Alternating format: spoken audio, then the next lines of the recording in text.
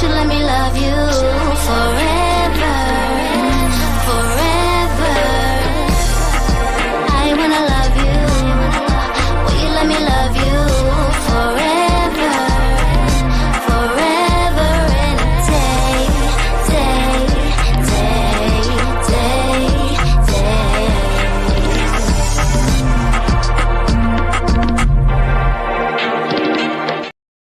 Happy Friday! All right, so we're trying to work through our technical difficulties, guys. I'm on a different computer, April's on the phone. We're doing all the things. But shout out to Midwest Crystal. Crystal, oh my God, a day one. I love you, girl. Hello. So you're gonna come on a group trip? You got to come on a group trip. We're going to do a 90-day group trip. Something's going on over there. You got a lot of feedback going on. Oh, no. Hi, Renee. Hey, girl. Hey. Crystal, I will message you and tell you all about it as soon as it's all together. Guys, welcome to the Melanated Way. I'm Linda. That is Abby. Never mind what I tell her sometimes. I might call her Michelle, Lisa, Betty, Abby, whatever. But that's my co-host, and she's great. And she's an immigration attorney, you guys. Abby, the attorney. Make sure to like and subscribe. What else do I want to say today? I know the thumbnail says we're covering season 2, episodes 6 and 7. We're going to cover episode 6. And I'll leave it at that because it's my bad, y'all. It's my bad. I had a whimsical afternoon and totally forgot what I was supposed to be doing. Totally my fault. Totally my bad. But we're gonna catch up. We're gonna get you on 7, okay? Because 7, I said to Abby, 7 is a pivotal moment. So you guys, what I realize is that I need a matchmaker. And Katerina, I can't find your Instagram, but I think that you're probably the matchmaker for me. I need a matchmaker because I am fumbling left, and I have been given some opportunities lately, and I've been fumbling. And I know you guys like when when I share a little bit about myself. So I'm going to share something that might not make me look in a great light, but I didn't do it, so I know that I'm a good Christian. I was supposed to. Okay. I'm not going to give you all the details because that's too much information. But here, Crystal's like, oh, Lord. I met someone. That person travels a lot. That person wanted me to meet them in a specific city. And then another person that I haven't talked to in some time reached out to me during like the BET experience a few months ago and whatever, and said a bunch of stuff to me. And that person lives close to the city that I was supposed to be in. So I was going to go to this city literally tonight, and I was going to, Abby, be messy and visit the person that invited me, but also have the other person that lives close come through. And my cousin in Vancouver, shout out Vanessa, she said, if you're going to be messy, just go ahead and be all the way messy, but commit or just don't do it. And the Lord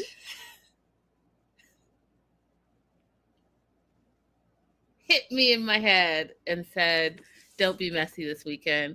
Stay your butt in where you are and just don't be messy. But I almost was. Wait, but is that messy or is that just being efficient? Because, like, is there some kind of social contract that if you're in somebody's city that you're only there to visit them, like you can't do other things while you're there? Well, the person, okay, that's not that person's city. That person is in that city for a reason. I can't tell you anything else because then I'll just give too much information. But okay, yeah. Listen, I mean, like in my mind, if I'm like visiting somebody and staying at their house, maybe, or they paid for my accommodations, then maybe I feel like Crystal you says, know, okay, I spend all my time with them. Exactly, Crystal. We're on the same page. I didn't see the problem. When you say you didn't go. And then Becca says, Abby, I really love your hair at that lens. You make it look good. Girl, thank you. My wig says hello. Renee says, you'd be going on a date. You weren't accepting 2 marriage proposals. I mean, listen. Thank you. Renee, listen. Listen, girl, listen. Let's talk offline. Let's talk offline. All right, let's get into this.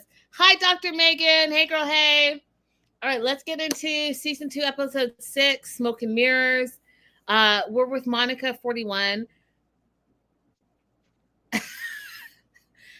First of all, Crystal, this is your first day back. And for you to compare to Monica just because we're the same age, I am not Monica, because Monica is doing the most with all the crying that she's doing. And if you guys don't know my cold, dead heart, there's no crying going on. I just don't want to be messy because I felt like the Lord was going to strike me down.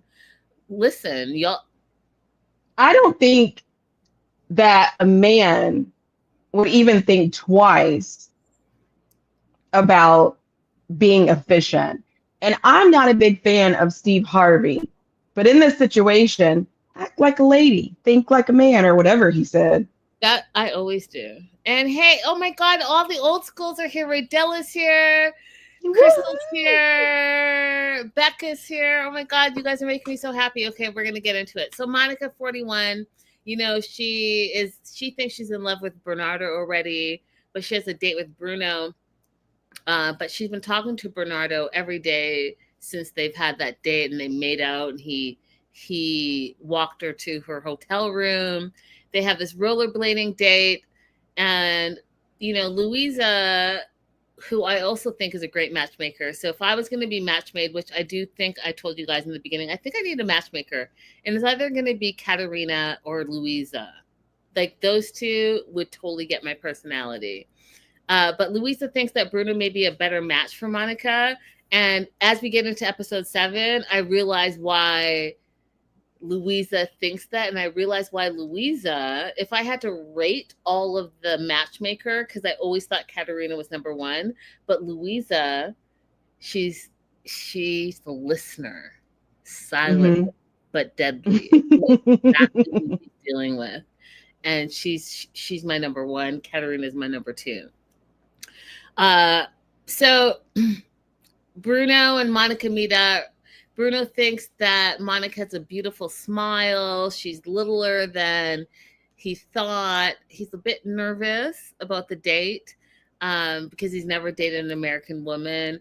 And I find it fascinating because you hear this a lot in this season, where every foreigner is like, I've never dated an American. And, you know, you Americans, or Abby, are you going by Canadian today, or? Well, just finish the sentence and I'll decide.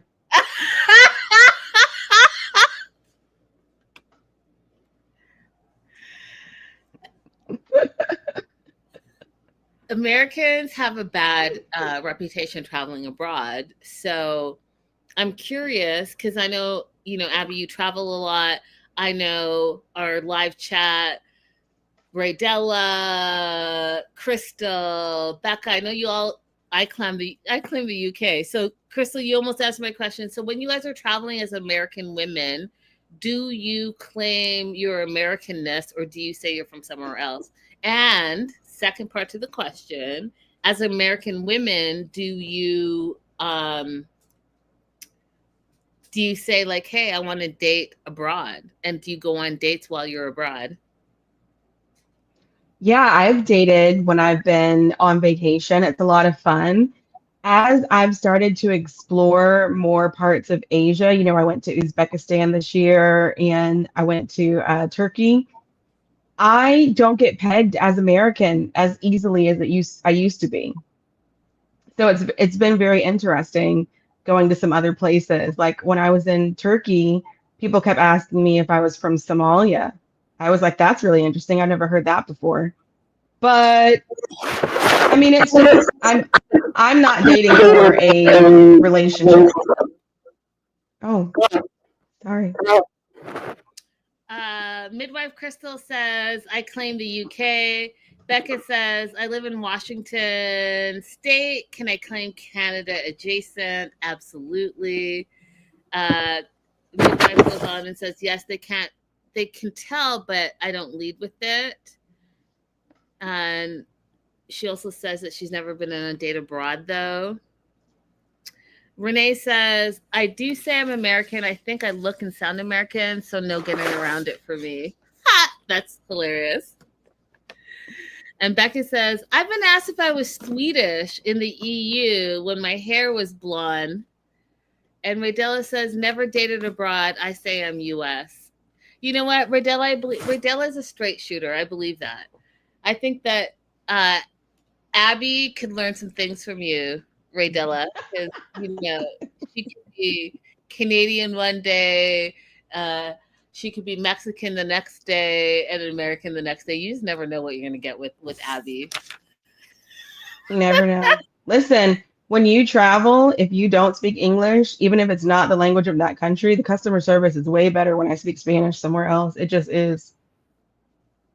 I don't know if I've ever told you guys this, because like my Spanish. So, okay, first and foremost, as you know, Mama Linda is like the best. Like she needs to have her own TV show because she's like the best.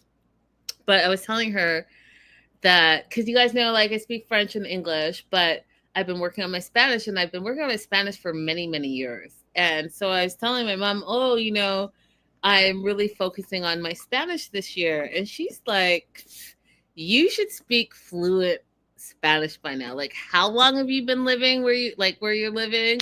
You should be fluent. How are you not fluent? Cracking me up. Okay, Mama Linda.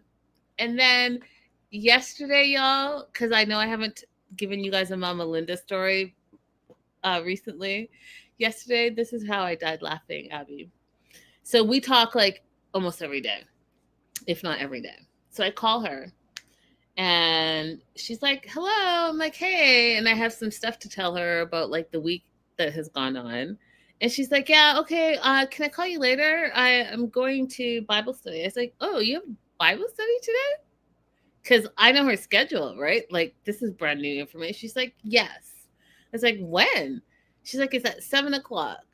I was like, it's 6:30. How are you going to get there? Because I know where she lives and where the church is. Like, that's a long distance. Like, how are you going to get there? She's like, oh, it's on Zoom. I was like, you have to go and get ready for Zoom. She's like, yes, I do. I was like, you have to get ready for Zoom? She's like, yes, I do. I was like, okay. She's like, okay, bye. Click. And hung up on me. Abby, she hung up with the quickness. Click. I don't appreciate that at all as a daughter. Abby, have I heard from her since? No. No. Oh, no. Not she out there thinking she got a life of her own. How dare she? You mamas, listen, you're mamas for life. I don't care how old I am. Y'all are mamas for life, and you guys are not allowed to have outside life. If your child calls you, first and foremost, that is your first priority. Well, at this age, like if my kid called me, I would pick up the phone and think it was an emergency. That's how. Mamas be busy. Facts. Radella said, stop blocking Mama Linda's vibe. You know what, Radella? I'm just saying. This woman is too booked and busy. Mm-hmm.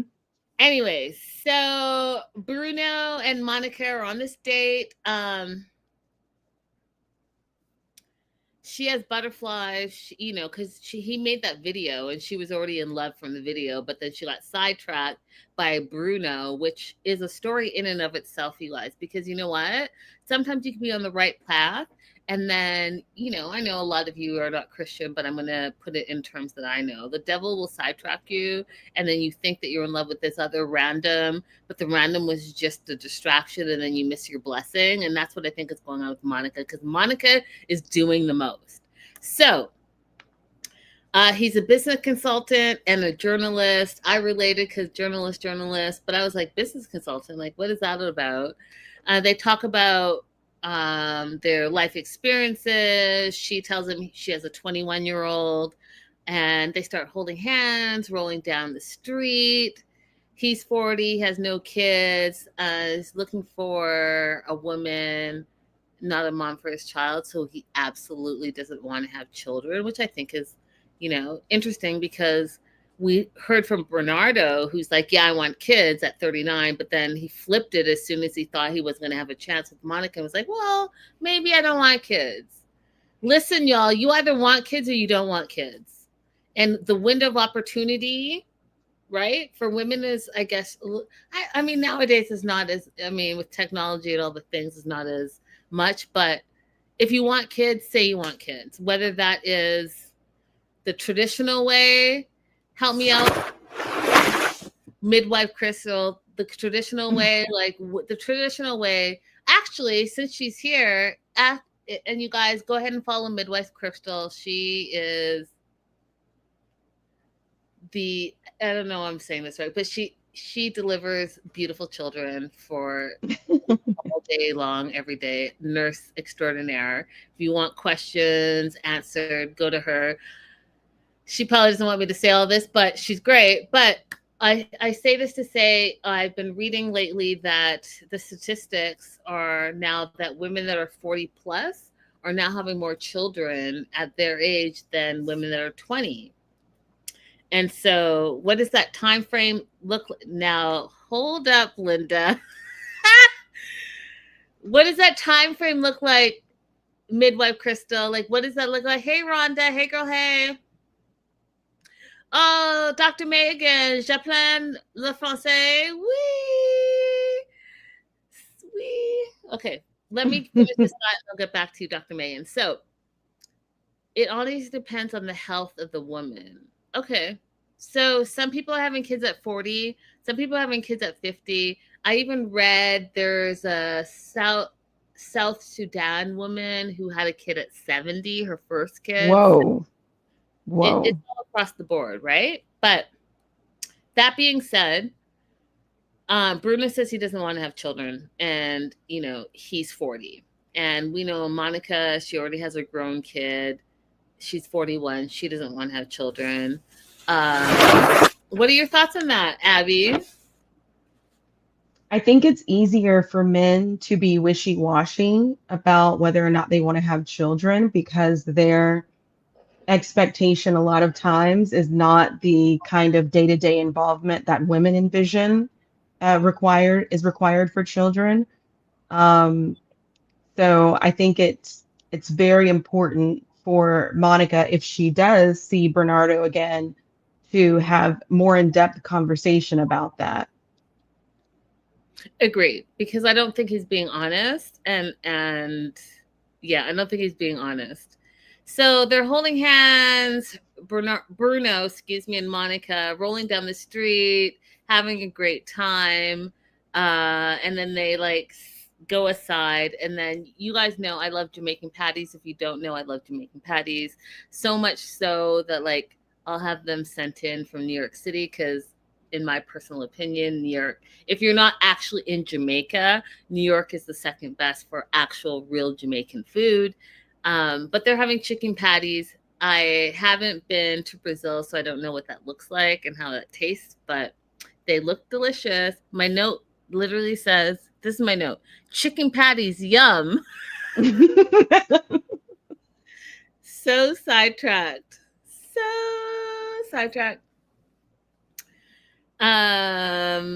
Monica asks, what are you looking for? And he's like, I like you. I want to get to know you more. They start holding hands. And for him, he says it's really about love and not just sex. And in that same breath, they lock eyes and start making out. And I was like, I know Louisa told you to not kiss him, Monica. But I also think, Abby, that I'm starting to understand Monica's personality. And we talked about it a little bit last episode, but I'm going to reiterate, Monica needs to go and like get all of that. She needs, y'all, I don't know how to say this in the proper terms, but Monica needs to go out and she needs to meet someone that she doesn't care about, and she needs to be touched all over the place and get that out of her system. Yeah, because she's in heat. She's Monica is in heat. Facts. She is clear. It's become clear to me that over the past few years that she's been focusing on raising her child, she has become touch starved. And she is in heat. And it gets worse when you get closer to perimenopause. Ask me how I know. She needs to go get that worked out. Not just somebody she doesn't care about, but girl, schedule a bunch of head spa appointments, get a couple of massages, get rubbed all over, okay? I'm just saying, because this crying and all the kissing and the like, all the things, and now you're in love with all the people. You meet someone and 30 seconds later you're in love with them. Like, no, you're not. You need to get all of those pent up emotions that are stuck in you out so that you can have a clear mind and you can be messy like I was trying to be this weekend. Like, be messy so that you know that Crystal's back. Yeah, she needs to get it out of her system. That's all I'm saying. So Bruno says, he really likes her. He thinks that she's a good kisser. She thinks that he's a good kisser. But again, y'all are coming from a position that I can't really trust because, Monica, you haven't dated in years. And then this, you guys, okay, first of all, YouTube, this is a direct quote. It's a direct quote from the show, Match Me Abroad. I don't need any issues.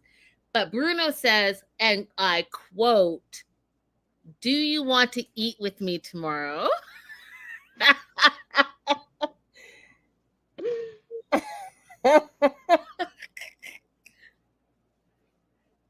She's like, I do, but I have plans.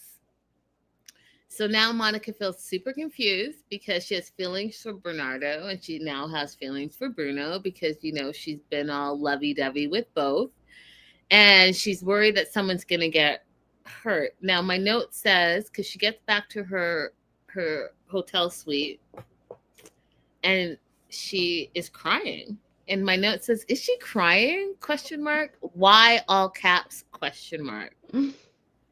And then she's been cheating on in the past and she feels like she's cheating. And this is where you now start to get into people's like baggage, right? You went on one date with one dude for a few hours. You kissed him. It really is not that serious. He's probably not thinking twice about it because as we found out in the previous episode, Brazilian men love to kiss on the first date. Like that's their goal. So he's not thinking twice about it. But now you're crying and you're in your feelings and you think you've cheated on who? The other guy that you went on one date with? Abby, thoughts? Yeah, she lost the plot here. And I was thinking about, you guys have been watching Gilded Age, and the idea of like dating being that men come by your house and stand in a line to sit in the sitting room with you and talk with you in the sitting room is so appealing. You get supervised by your parents while you're just like sitting in the sitting room together. And you're seeing multiple, like several men per day that just lined up at your door to come sit in your sitting room. Bring back that kind of dating. I think this is a failure of just learning how to date when you're younger because most women don't learn how to. Most of us are just taught, keep your legs closed, worry about your books, don't worry about boys. And we're not really taught how to date. And I think this is just coming from that place, her not understanding you're not in a committed relationship with either one of these people. Facts. So she's crying. Did I tell you she's crying? She's crying. She's not just crying, she's hysterical. Yeah, like just I didn't even know what to do with it. I was just like, what's happening right now? So she feels some type of obligation and responsibility to Bernardo after just having one date with him. And quote, she wants to be transparent with him. So she calls him, you guys. She calls him. Now, this is where I know I grew up with all brothers because I think I said this last episode and I will repeat it. But Abby, if you're calling me after one day and you're crying and you're telling me that you kissed fucking, excuse me, Oh, strong feelings. Strong feelings. you kissed Betty on your date and you're crying about it, yeah, no. Mm-mm. We don't need to see each other again. I would feel like, oh, I don't need to commit to having this kind of drama in my life. This is Right, like but the guy who asked me. I broke up with this guy after 4 dates. Not broke up, but I just said, hey, I'm not really interested. He asked me to go to couples counseling. oh, I was like, no, there's no investment here that would require that. Becca says it's not that deep. It is not that It's not deep. that deep. You all went on one date. You didn't even spend 24 hours together. All y'all can calm down. Everyone calm down. It's a date. That's what dating is. We're moving on to Harold. Harold and Amber. And I'm just so happy for Harold. Okay, so they're going kite flying. They have a kite. They have a generator. They're charging their phone. The whole thing. He has it all set up. They're in this little like park overlooking like the lake. He, because Harold's an overthinker, which I can relate to. He's not sure if she's interested, but he talks about something about Benjamin Franklin. I didn't really catch the whole thing. Did you catch it, Abby? No, I heard what he said, but I didn't understand how it applied to the situation. So I was just wondering if something got cut that we didn't get to see. Yeah, something about something Benjamin Franklin. But anyways, basically, Benjamin Franklin says something about teamwork, gets you closer to each other, yada, yada, yada. If you guys know, let me know in the live chat. If you're watching the replay, let us know in the replay. By the way, you guys, thank you all so much for the barbecue messages. Abby on Instagram has gone buck wild, but she hasn't seen what y'all have done on YouTube. And so just know that I represented for myself. But Abby doesn't know what y'all said. I'm going to check it out right after we get off. If you don't know, we got a whole barbecue, best barbecue in the United States. What state has the best barbecue? And Abby has some strong feelings. And as you know, she cut me off when I was trying to say a little something, something. She has very strong feelings about barbecue. So, Raydella laughing. Yes, because Raydella is people that commented on YouTube. Abby doesn't know yet, but Abby thinks that the best barbecue in the United States of America comes out of Georgia. Mm-hmm. I know you all no one's heard that before. I know. We all know. But that she is 10 toes deep in Georgia. And that's all she knows. So if you guys are, and I've learned so much, if you guys are talking about Memphis or Texas or Louisiana, Abby will freak out if you just don't say Atlanta. I mean, listen, I will give North Carolina because they got that mustard sauce. It's really good. I'll give Tennessee. But if you say Louisiana, that just makes no sense. Louisiana doesn't even want to be known for barbecue. That's not what they want to do. And then somebody said Chicago. Chicago? Okay, I won't rehash everything. You need to pick up your pickles and move on. Live chat said Chicago, so calm down. What I do know is someone on YouTube said, Real Housewives of Atlanta is filmed in Georgia, and they don't throw up some barbecue. They throw up a peach. I died of laughter. Georgia's known for their peaches, not for their barbecue. I mean, that's true. But there's a festival every year. You guys, if you're in Georgia, go to the Peaches and Barbecue Festival at least one time in your life and get your life. Okay? That's it. Abby's basing her barbecue IQ on a festival that happens once a year. Stop. No, that's not it. That's not it. It's good all year round, but I'm just saying, if you want to go and have a little sampling of what Georgia has to offer in the barbecue field, in the barbecue practice area, in the barbecue industry as it was. Yeah. Peaches and Barbecue Festival. You guys, this debate is never going to end. Okay, so Harold and Amber are having a lovely date. Hey, Tysway. We're a mess over here as per usual.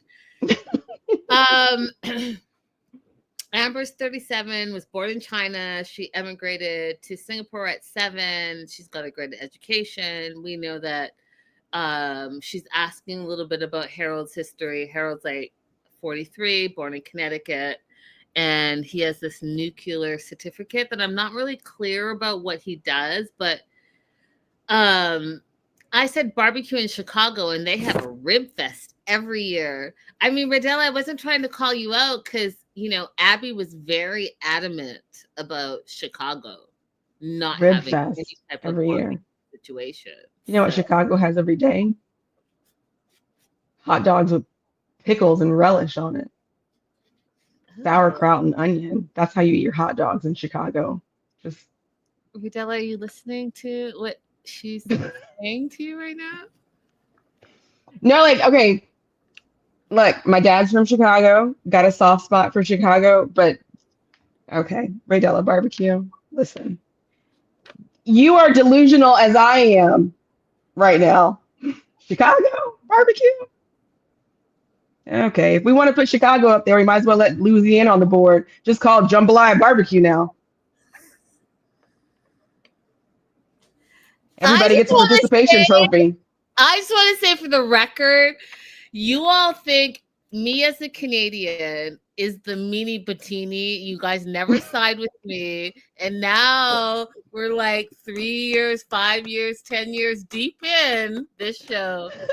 And Abby has made her step on barbecue. Okay. Right. Oh, not just tonight, Dr. Megan. Y'all are just seeing the side that I see every day. Y'all think she's all prim and proper. The immigration attorney that is so relaxed and really like, you know, calm and sees all sides. And you think Linda's like crazy and like goes on her TED Talks on a tangent. But ooh, now we see everyone has a point where they just spill over. Barbecue is it's barbecue for Abby.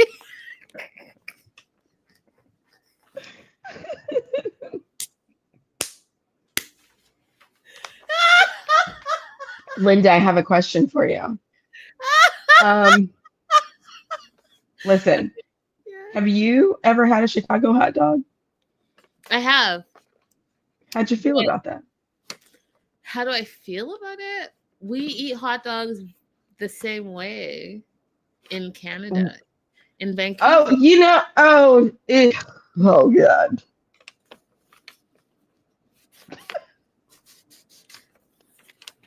Oh my God. I mean, how do you not have ketchup, mustard, and relish on a hot dog? Like, hello. All through grade school was about hot dog day. Hot dog day was one hot dog with ketchup, mustard, and relish, a little like 8-ounce milk carton. You got your little milk carton and your hot dog and a little bag of chips. What are we talking about? What's the problem? All right, let's move on and talk about Harold because I'm getting distressed. I see. I'm distraught. I'm distraught for the little Canadians, the little Canadian children.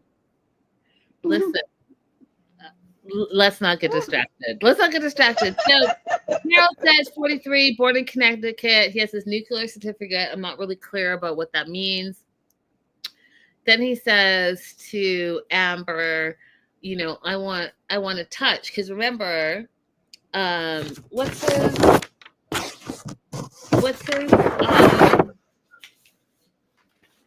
matchmaker's name? Dolly. Yeah, Dolly. Dolly said, don't forget about the light touch, right? So instead of forgetting about the light touch, she's like, I want to touch. Okay, Harold, I'll give you that. And Amber says, I'm okay to hold hands. And they hold hands. They're building like that intimacy. Amber's like, oh, his hand is like so like moist and chubby, but she likes it because she thinks it's like a sponge. And she feels very comfortable with him. And I was like, oh. I'm glad she's giving him a chance. Patty said enough barbecue talk. Okay, Patty, we are back at it. My bad. Sorry, Patty. Right. So, they take a really cute selfie together on the pier, and then they have a little picnic. They fly their kites. He's having, quote, a wonderful time, and, quote, his lungs are full, meaning like he's happy, he's excited, he's having a great time. And she's flying her kite. Doesn't really go well because there's not a lot of wind. But he's a really good kite flyer. Did you notice that, Abby? Really good. He had to hold his shorts up because he didn't have his suspenders on. And he let all of us know that had he had the suspenders on, he wouldn't have to hold his pants up.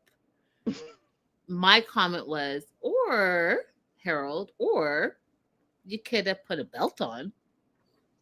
Or you could wear a size that fits.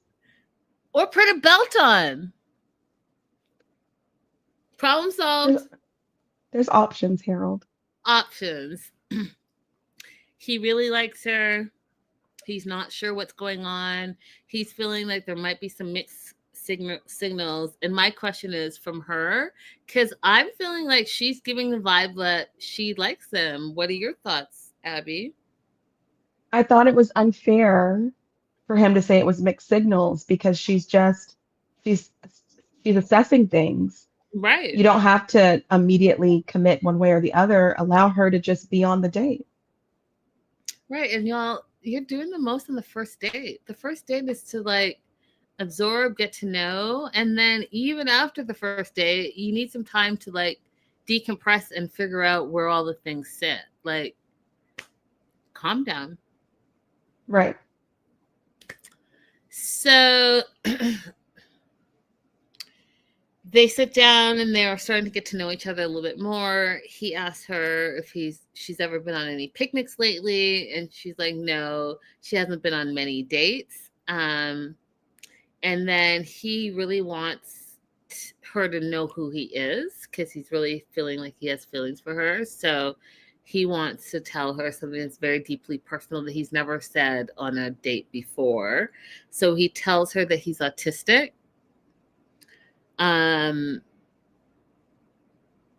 she didn't mind. She didn't mind at all, actually. She said that, you know, Amber probably fits the bill to his personality traits. And what she's looking for is a husband who's kind, honest, attractive, caring, patient, and all of those things. And if he's a bit autistic, that's okay too. I was like, oh. Mm-hmm.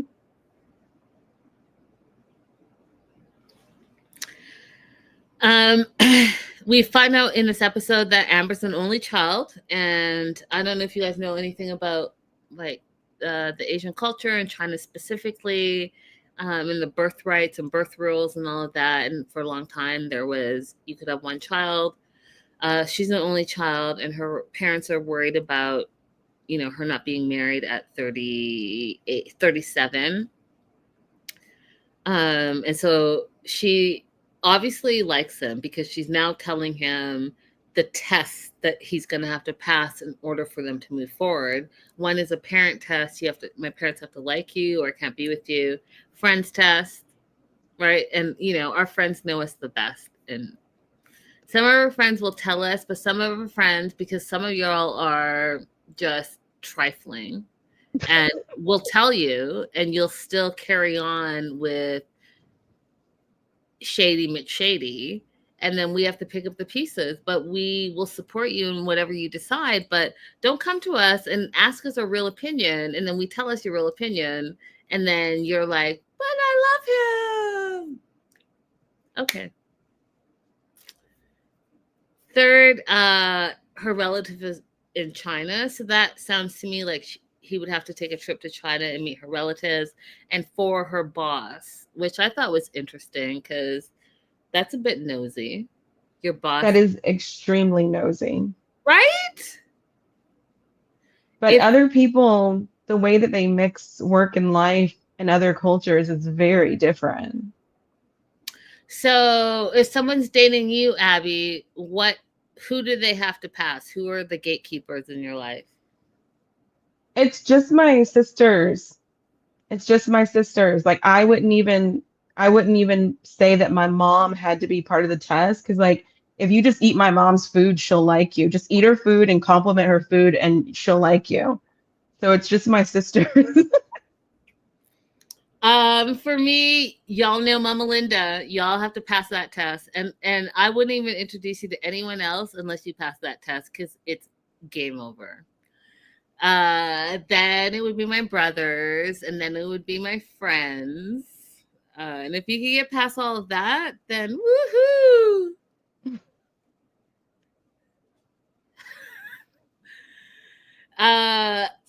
So one of the things that was great about this and talking about the tests and what tests you need to pass, and you guys, if you have specific tests that you want your future person to pass, or if you're in a committed relationship and your significant other pass some tests, let us know in the comments.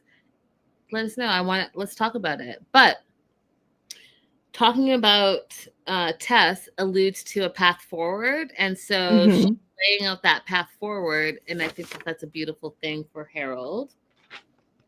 Moving on to Tony McTony, you guys, I made a post about Tony.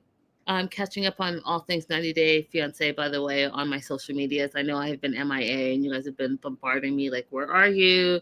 What's the news and gossip? You guys, I just have had a lot going on. But that being said, I feel like I have not seen a red flag like Tony since Big Ed, since, I don't know if you guys remember Andrew, but Andrew, Colty, like there are a lot of like 90 dayers that are red flags, but Tony is topping them in my opinion. Tony,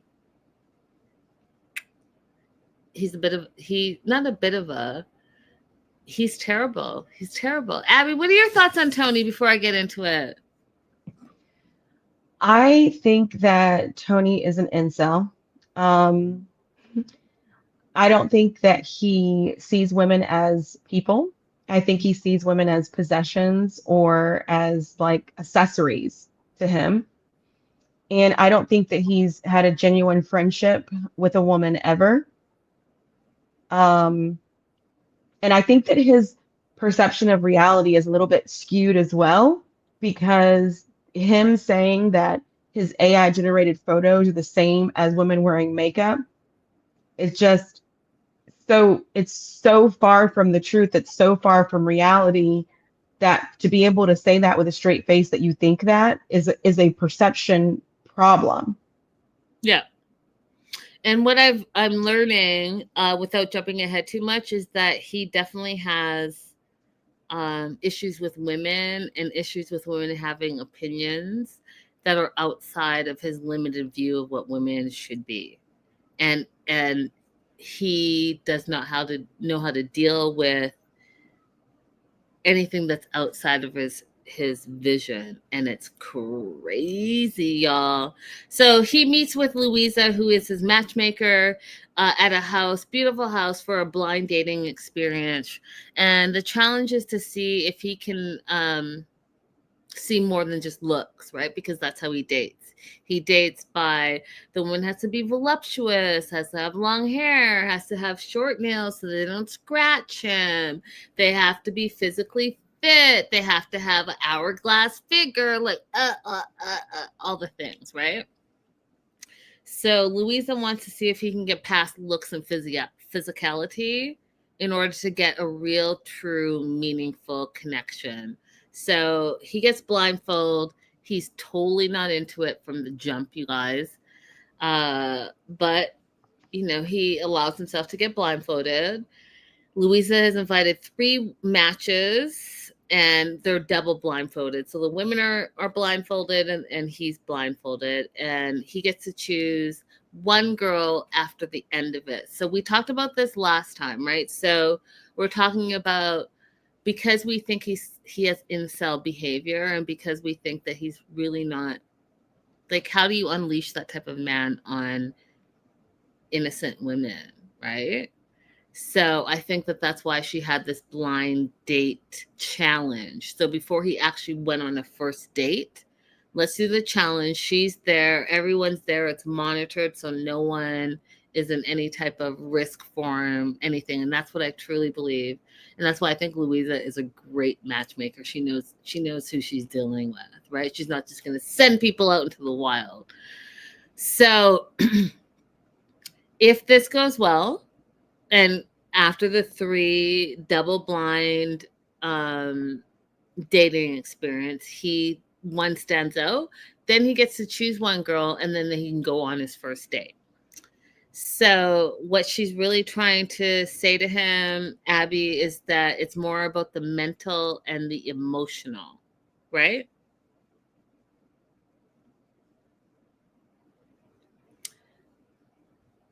We'll see. So the first person is Lucilia. Long hair. She's redhead. She's been single for 5 years. And he's like, so does that mean you've been celibate for 5 years? What were your thoughts on that, Abby, before I go off on a tangent? Where to even begin? The fact that he needed to know about her quote unquote purity. Ridiculous. I think that he's one of those people who is secretly worried that they have poor performance in bed, and they don't want to be judged by any woman who has had prior experiences and knows what actually pleases them. The fact that he's 38 and said to a friggin' 37-year-old grown-ass woman that said she was single for 5 years that, oh, so you've been celibate for 5 years? Have you, fool? Tony, have you been celibate for 5 years? Probably, but it wasn't his choice. Right, incel behavior. Next is Gabriella, who's a DJ. She's been single for 1 year. She has a 1.5-year-old kid, and he wasn't vibing with her at all. Like, his whole body language, even though he was blindfold, told me all that I needed to know. What were your thoughts, Abby? He was immediately turned off by her voice. Gabriella has the kind of voice that I love, that kind of like huskier, earthier voice. My voice was deeper when I was a bit younger, and some guys really, really hate that. Renee says Louisa should send Tony back to the US, 100%. I agree. Go back to Florida. Lilia has been single for 5 years since COVID, which is completely relatable, you guys. I feel like I'm in the same kind of boat. And he was not feeling her as well. And if you guys remember, she also had like the super long hair. She was in the red outfit, and he wasn't feeling her. And we'll talk about his responses in episode 7 because they were buck wild, Tony. Tony, we saw you shirtless working on the beach, and you're friggin' like, what is it? Tattooed, whatever it is. Like, you need to calm down with your standards, Tony. Tanya says, I don't watch the show, but I love to hang out with the ladies and listen. Happy Friday. Happy Friday. We appreciate your support. Don't forget to like and subscribe. Leia, he says, is not his type.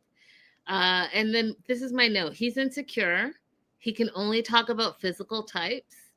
And meanwhile, he is not the ideal physical types. Hence what Abby was talking about, his AI generated profiles, the way that he has these archaic stereotypes of what women should and should not be.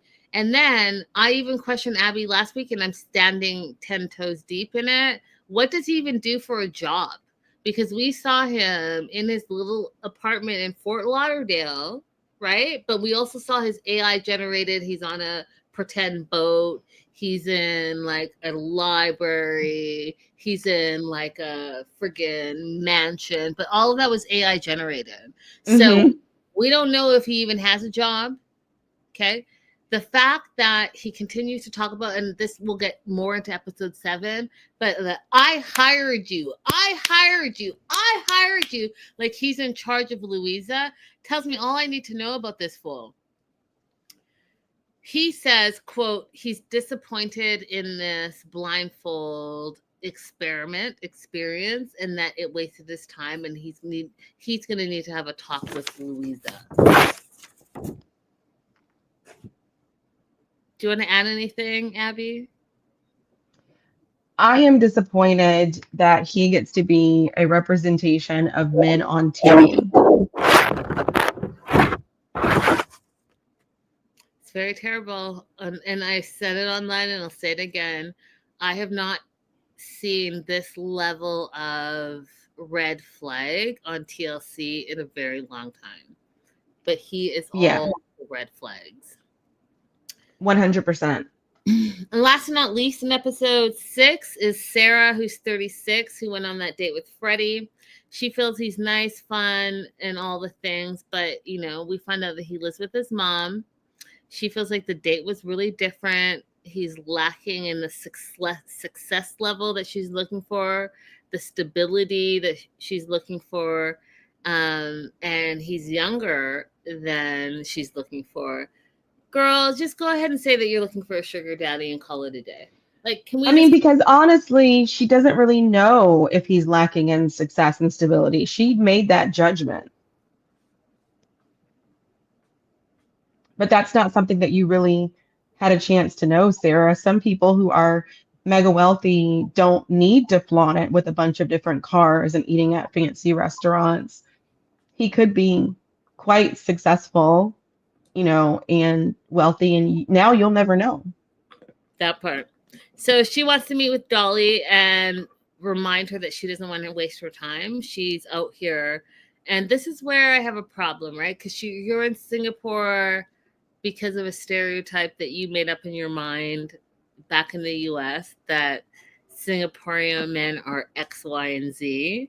And so you feel like you don't want to waste your time. And so you feel like Dolly's wasting your time because she set you up with Freddie. But like Abby said, you don't know anything about him.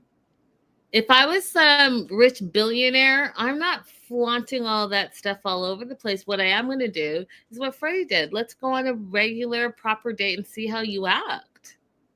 And she did not act. So she meets with Dolly at the durian market. And have you had durian before? I've never had it. Have you?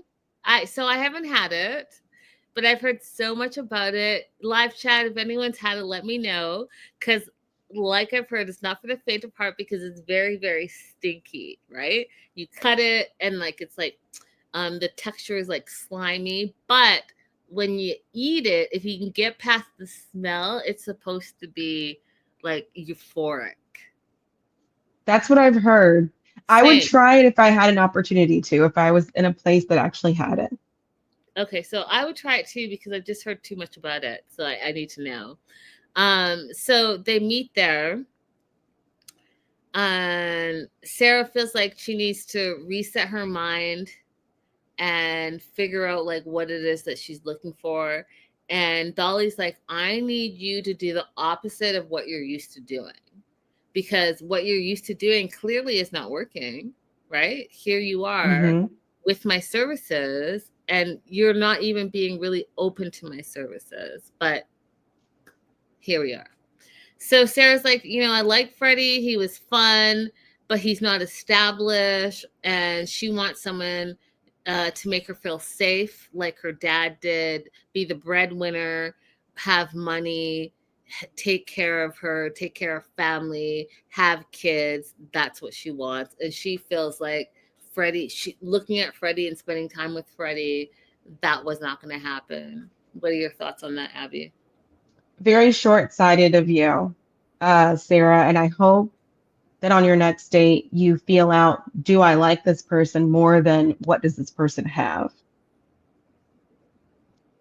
So Dolly asked her what she's looking for, and she basically talks about the fairy tale princess situation where you meet Prince Charming, you know, Cinderella, that whole storyline. And Dolly's like, well, you know, in real life that doesn't exist, right? So you have to be more realistic than that. Also, in fairy tale, it doesn't exist. In fairy tale, what did Prince Charming know about Cinderella? Nothing. He didn't know anything about her to like her as a person. What did the prince know about Snow White before he kissed her? He kissed a sleeping lady with no consent. He knew nothing about her either. These fairy tale stories that she's basing her life on are not real relationships. They're not sustainable. Crystal says she needs to grow up a bit. Facts. So A lot of the things that she's asking for in her relationship are things that she needs to provide herself. Yeah, that's fair. So Dolly's like, so, because, you know, she's always super glammed up. And so Dolly's like, you're always covered with name brands, right? So do you expect the man to pay for everything? And Sarah's like, yeah, you know, I want to be on a comfortable level. And if I'm able to provide these things for myself, then the man I'm with should be able to provide them for me. And she's not willing to compromise that. What are your thoughts on that? Because I have a whole... I don't know where I stand on it quite yet. What are your thoughts on that? I think it's true to an extent. Like when I was in the business of still maybe having more kids, I dated someone who asked if I would be a stay-at-home mom. And I said, well, if you can cover all of my bills, that's true. And his response was, well, no, I can't pay for some of the things that you do. Like I send my laundry out. I take a couple of vacations a year. And in my opinion, if you're asking for me to give up my career and stay home, then you should be able to finance all the expenses that I have for myself. But I also don't spend excessively. Like I don't buy a bunch of designer clothes and handbags and things like that. So I think that gets to be a bit much, in my opinion. But listen, we know that Sarah just wants to be paired up with a crazy rich Asian that she saw in that movie. Which is exactly what she said. Exactly what Sarah's insecure about herself and her station in life. Facts. Yeah, I mean, I do think I still have some traditional ideas about what I am looking for in a relationship.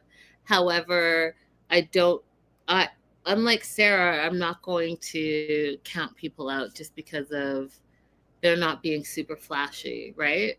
On a first date. Mm-hmm. So, Mm-hmm. You guys, let us know what you think about dating in the replay. I am so grateful and thankful for all of like the OGs that were in the live chat today. We appreciate you. How much fun for everybody to be here. Yeah. We will be back on Monday covering episode 7 and 8. Abby. 7 and 8. 7 and 8. But you guys, happy Friday. Have an amazing weekend. Try to stay cool because it's going to be hot this weekend. And, you know, talk to us about anything you want to talk to us about. Leave it in the comments and we'll get back to you. We love y'all. Bye-bye. And thank you guys for no technical difficulties today. Praise God. Bye, guys. Bye. Oh, Dr. Megan. Bon nuit. Ça va? Salut.